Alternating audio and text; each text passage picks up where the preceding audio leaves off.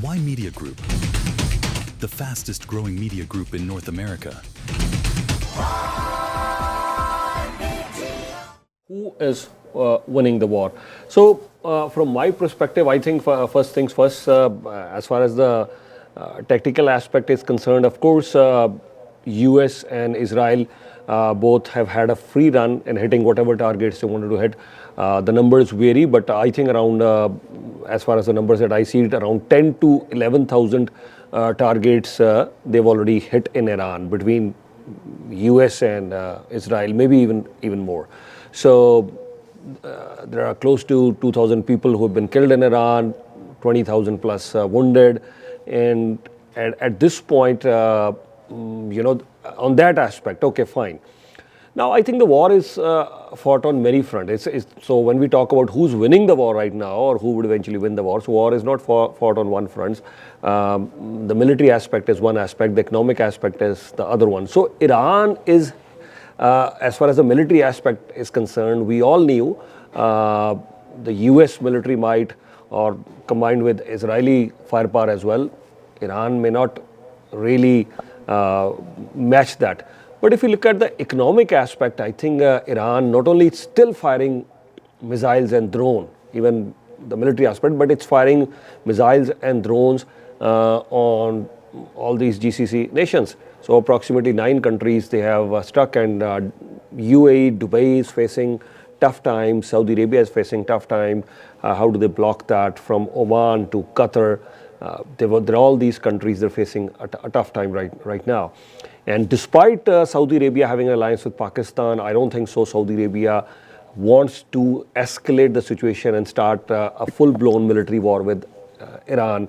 And then Pakistan, they have a defense alliance, but then things could go really wrong for these countries. So Strait of Hormuz, despite the warning by US President Trump that from this point onwards, next 48 hours, if you do not open the Strait of Hormuz, will take action, will target your energy installations. So 48 hours deadline came and went away, 5-day deadline came and went away, then another 10-day deadline has been announced. So from my perspective, I think, for now, for Iran, as long as they do not completely lose the war, as long as they do not lose the war, they will claim some sort of victory. For them, winning is not important. For them, if they keep on fighting, and I think for now, Iran, the Strait of Hormuz, they have a solid control over there. So as long as they can keep on fighting, they would claim that they are winning the war.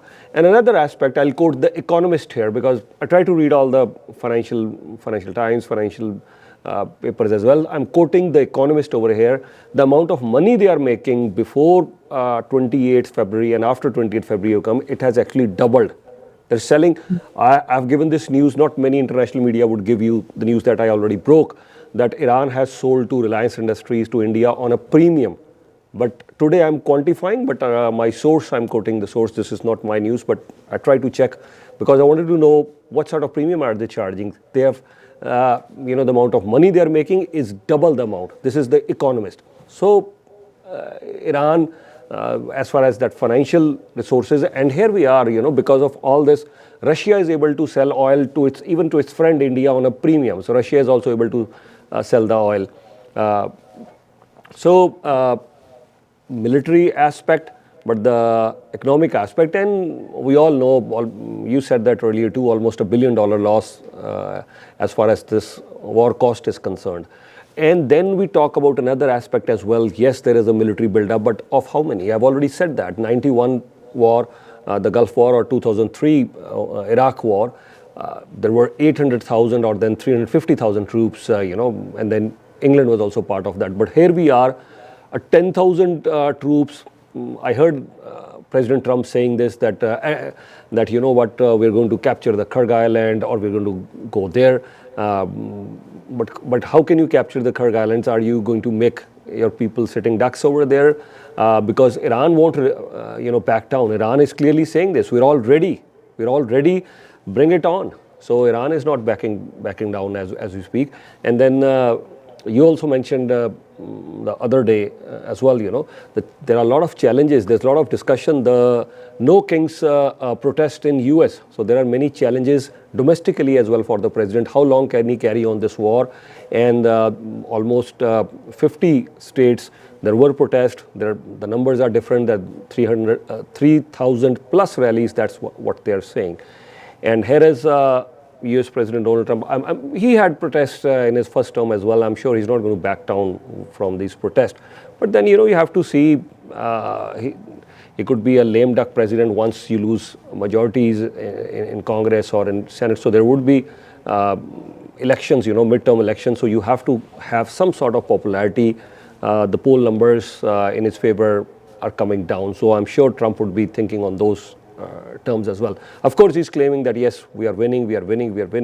But then are the Americans buying it? Yes, the best part for Trump is he has a solid base, the mega base or whatever you want to call it, the Republicans, on some section of Republicans. He certainly has that base strong. Trump can do whatever. They would definitely support him. But overall, let alone the Democrats and others, but overall, within the Republican or within his supporters, is that popularity number coming down? We'll see all that in the midterm polls. But I think for now, Iran, and then the talks that we're listening, I don't think so there'll be any fruitful discussions as of now. This is the way I look at Islamabad or Pakistan doesn't have that much of leverage. The 4 foreign affairs ministers, including Pakistan's foreign affairs minister that they met, they could discuss, but then I don't think so much of a headway, much of a breakthrough as far as these things are concerned. So who's winning the war? I won't really pick a side here, that US or Iran, but the military aspect, yes, Israel and US seem to be quite strong, but then there are massive economic implications, and then I'm hearing discussions of a nuclear threat as well. I think things could go horribly wrong. Things could go horribly wrong from here on, and Iran has already said that. He's threatening that we are going to be out of NPT, Nuclear Proliferation Treaty. And what does this mean? Iran agreed for the inspections. So now you're going there to stop Iran from getting a nuclear weapon, but if Iran says, I'm out of NPT, no more inspections at my nuclear facilities, and Iran has always claimed that these are all for peaceful energy means. So they're not saying we're building a nuclear bomb, but then who is going to stop Iran if there are no more inspection, if Iran is threatening to move out of NPT? Ramona ji. Yeah, very good points there. I think we need to look at the key factors for Iran and key factors for the United States. One thing we know is that it's proven to be obvious that this Trump administration didn't foresee this going on as long as it has, right? When they first started, they said this is going to be just a few weeks operation, then it's going to be ended. And then, talking points of first regime change. Let's not forget that. That was what he said he wanted to do, get rid of this regime. Decides, okay, let's kill the entire Ayatollah and top leadership. And then, a lot of experts told him, well, you cannot have a regime change with aerial bombs. You need to be able to go boots on the ground. You need to have the support of the military. A lot of things need to happen. It's not as easy as that, right? And then Iran has been very consistent with their messaging when compared to the United States. Which has been changing from regime change to then opening up the Strait of Hormuz, then now, taking over Karg Island, and then, trying to take out, the 400 kilograms of enriched uranium. Like, there's so many talking points. And then early on, within the first 24 hours, you had Marco Rubio, Secretary of State, say, Israel was going to attack. And then they were going to go ahead anyway. And if they did and we didn't join them, then we would have been attacked. So we decided to join them, right? Essentially saying this is not our war, right? And this is something that the president has also said. So this does not, of course, mean well for the American people who are wondering why they're in a war. Of course, when you have things like their TSA, what are the latest numbers? Since mid-February, they haven't been paid. There's 61,000 TSA employees. Those are the people at the airports that make sure that people are able to travel. And Trump had said, okay, he's going to put ICE agents there in replacement of TSA agents. So if you cannot have your own airports running, if you cannot have, your own government functioning well, how are you going into a place like Iran that's been literally preparing for a war like this for about 5 decades, right? Iran, this regime has been there since 1979. It has invested in its military power. It has invested in every aspect and knows strategically where it has its upper hand and where it doesn't, and knows its weaknesses and its strengths. Meanwhile, this administration cannot even have one goal in mind. So what does that mean for the troops that are sending there? What's their morale like? You mentioned MAGA, his base. He started losing that base when he said, what Epstein files? Right? And that's when his base started saying, what? I'm sorry, what? You had campaigned on releasing the Epstein files. You had campaigned on ending forever wars, more specifically in the Middle East. So he's really gone back on a lot of those things. And when we talk about affordability crisis in Canada, well, the United States has their own affordability crisis. And this was a president that campaigned as a candidate. He had campaigned on America first. So when you come out within the first 24 hours and say Israel was going to go to war anyway against Iran and we joined, a lot of MAGA is saying, well, is that Israel first or is that America first? Because America still doesn't know what it's doing there. So now let's look at what, the key points in Iran, which is what we've heard him talk about the last few weeks, right? We know that the International Atomic Energy Agency has concluded that Iran has 400 kilograms of uranium enriched at 60%, right?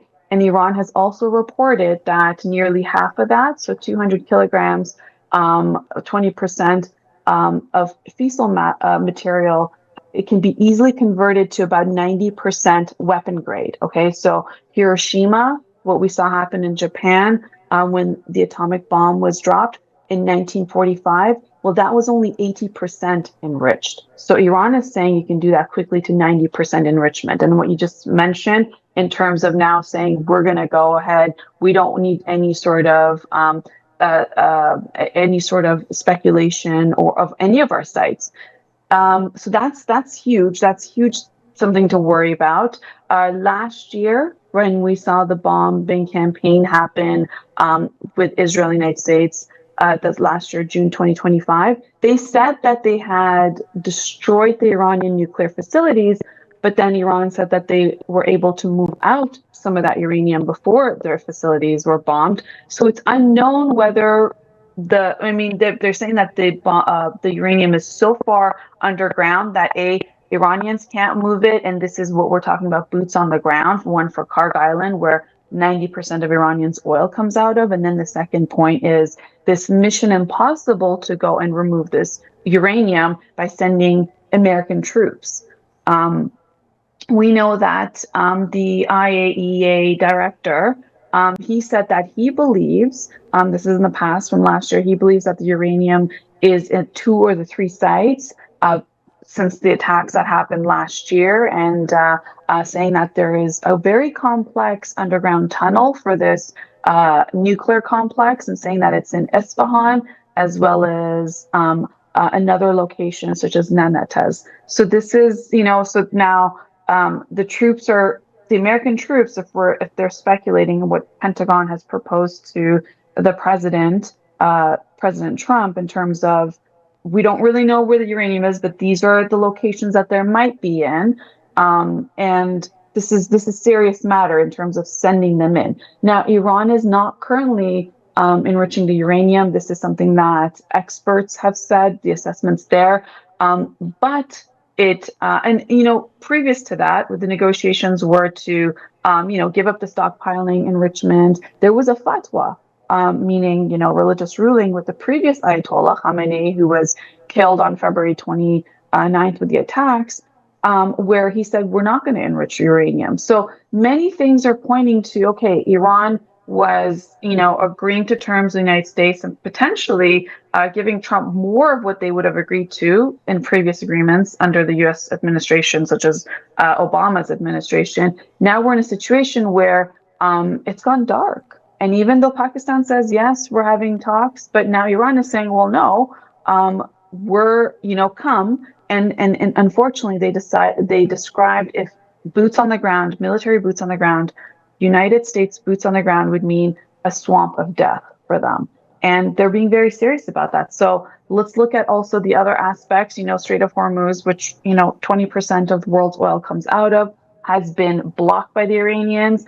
There is speculation that they're creating a toll where some ships had to pay an upwards of $2 million to get through.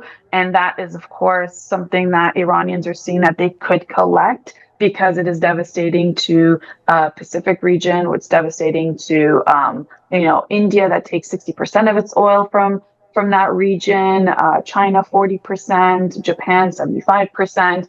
So it's a devastating situation that is already creating an economic pressure. So what U.S. and Israel are doing is they're targeting Iranian key infrastructure sites. What Iran is doing, because it knows it cannot bomb the United States, it cannot go up against the United States and their military power. What it's doing is creating the economic pressure of making oil unaffordable, creating and really a lot of countries realizing their dependence on oil and how much literally everything moves by making sure that they get cheap energy to run their factories, their households, everything in between.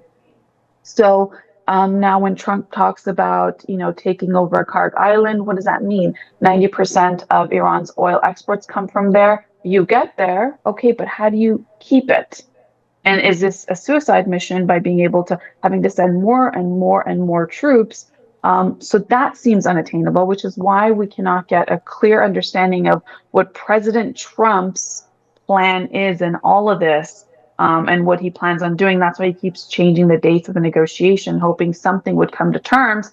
And also, he needs to show the American people that he started this and they're going to end up better off, not worse off with the Iranians than before this started. But already the indications are there saying we need to open up the Strait of Hormuz as why we're going to put boots on the ground. Well, it was already open before this whole thing happened. So did that make Americans worse off? We know that when it comes to the strategic chokehold that Iran has in the region, they have about 88,000 stockpiles of drones that are hitting those key targets in the GCC nations. It costs them, estimates are now, it costs them anywhere from like 10,000 to 50,000 just to have a drone hit these massive locations that are destabilizing the infrastructure in the Middle East. Meanwhile, the United States, every time they use their defense facility to be able to intercept the drones, that costs them $1 million. So you could do the math that when it comes to the economics of war, the United States is spending far more than what Iran is spending, and therefore they're able to continue a little bit longer. And that's why you're seeing them throwing so many missiles at all directions when it comes to their neighboring GCC countries as well as to Israel. So, again, it's estimated as $1 billion a day the United States is spending to be in this war. Obviously, we don't know the total numbers until much later on. But when it comes to Strait of Hormuz, we know that this energy supply is at high risk. We're looking at oil prices it's already at like $101 per barrel as of now. And this is why you're seeing, as you said, Iran is now making more money selling its oil and Russia selling its oil than it did before the war. So again, I don't want to use the word who's winning the war, but if President Trump has to talk about are they worse off or better off after this war has started, so far, all indications are that they are worse off. And indications of countries like Russia that has had sanctions, they're better off. They're making more money. Iran is making more money. So it's just to wrap your head around the logic of this. As we know, when wars start, they take a logic of their own.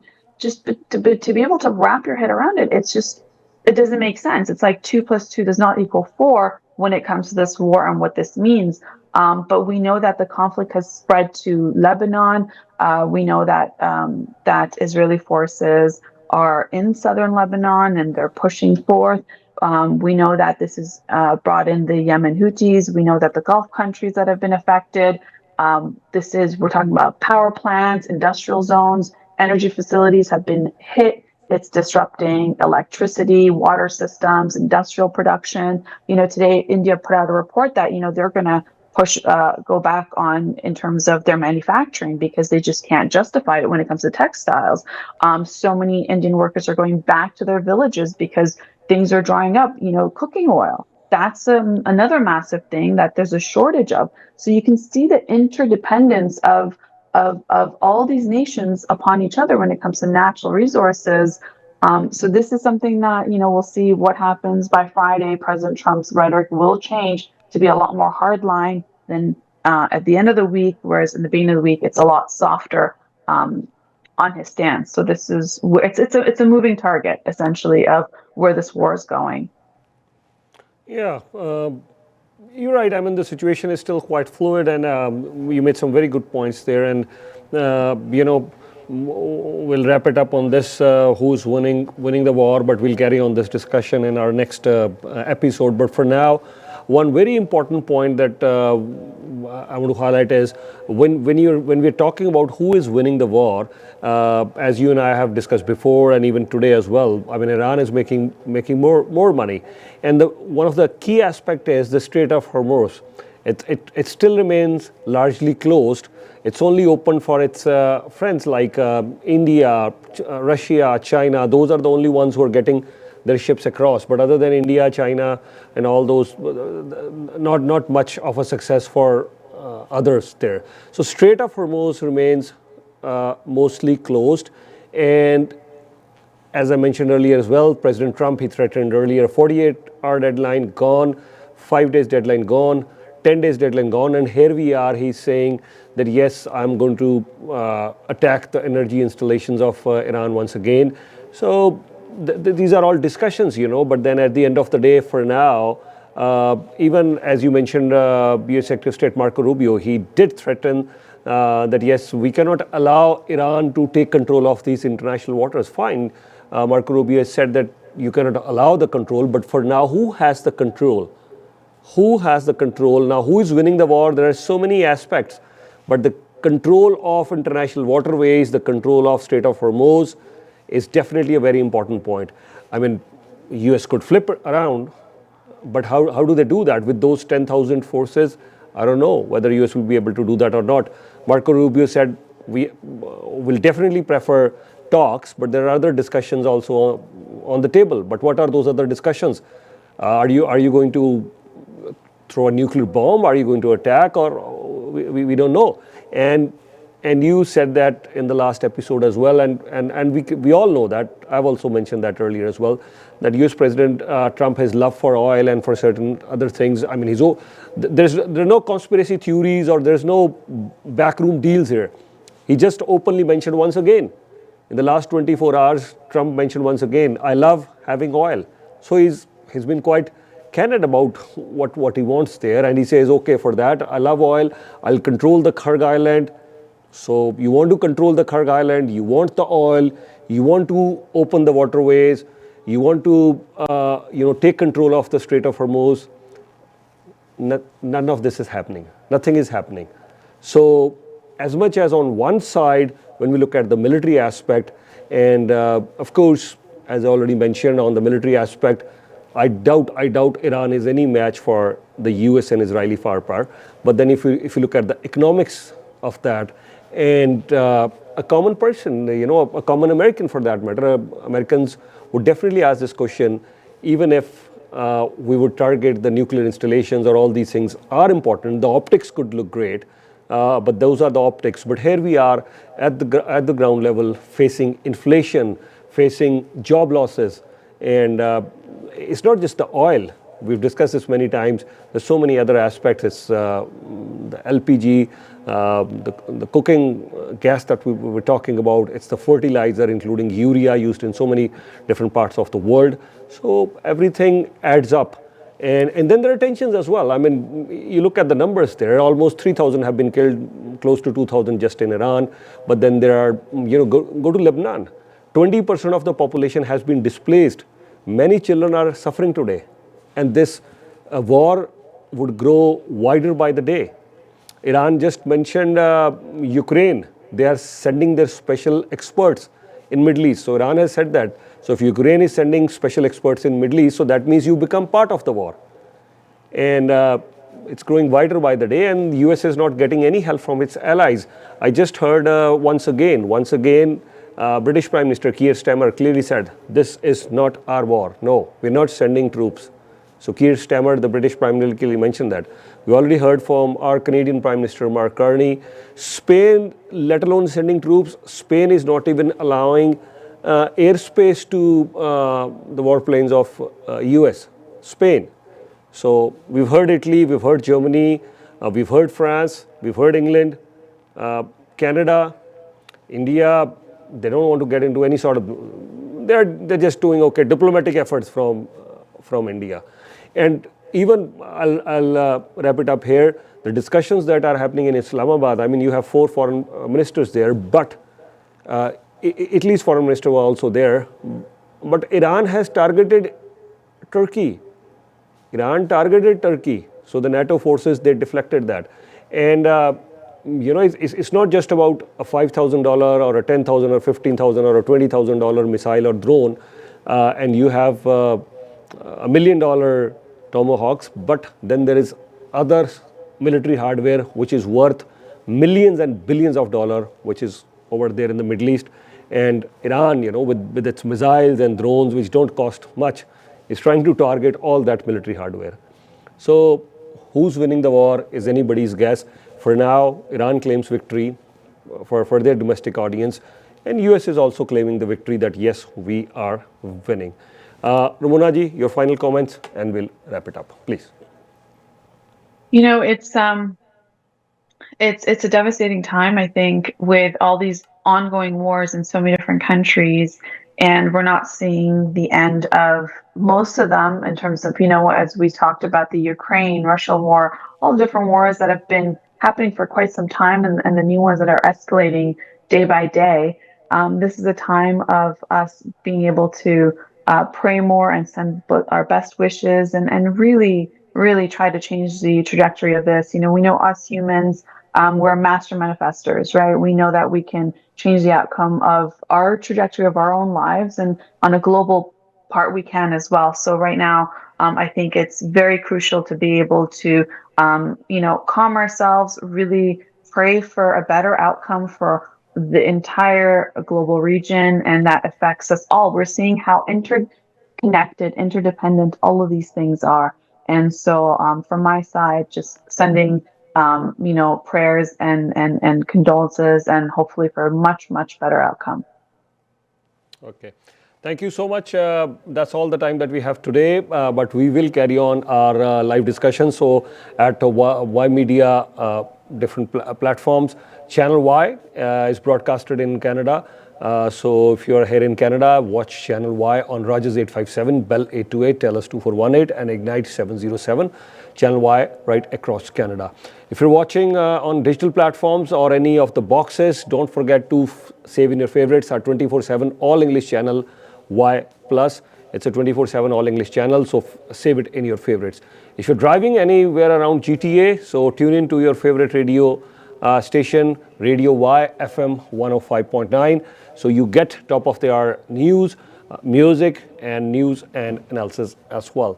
So don't forget to pick your copy of midweek newspaper if you're anywhere in GTA, but the digital copies are available across the globe on southasiandaily.com. In case you are in US, anywhere in US, yes, Channel Y USA, so Channel Y is broadcasted in US as well. So anywhere in US, you can go on Dish, on Sling. So on Sling, on Dish Network, you will find Channel Y. For any further information, the number is at the bottom of your screen, 416-475-5000. Thank you so much, Ramona ji, once again, and we will carry on the discussion in the next 24 hours with you. There's lots happening, lots to discuss at the Ymedia Foreign Policy Report, at Ymedia Business and Wealth Report. We did want to talk more about affordability, but we'll talk about that. And Ymedia Political Sensex is on, so lots of discussion with you. Thank you. You have a wonderful day ahead. Thank you. Thank you. Ymedia Group, the fastest growing media group in North America.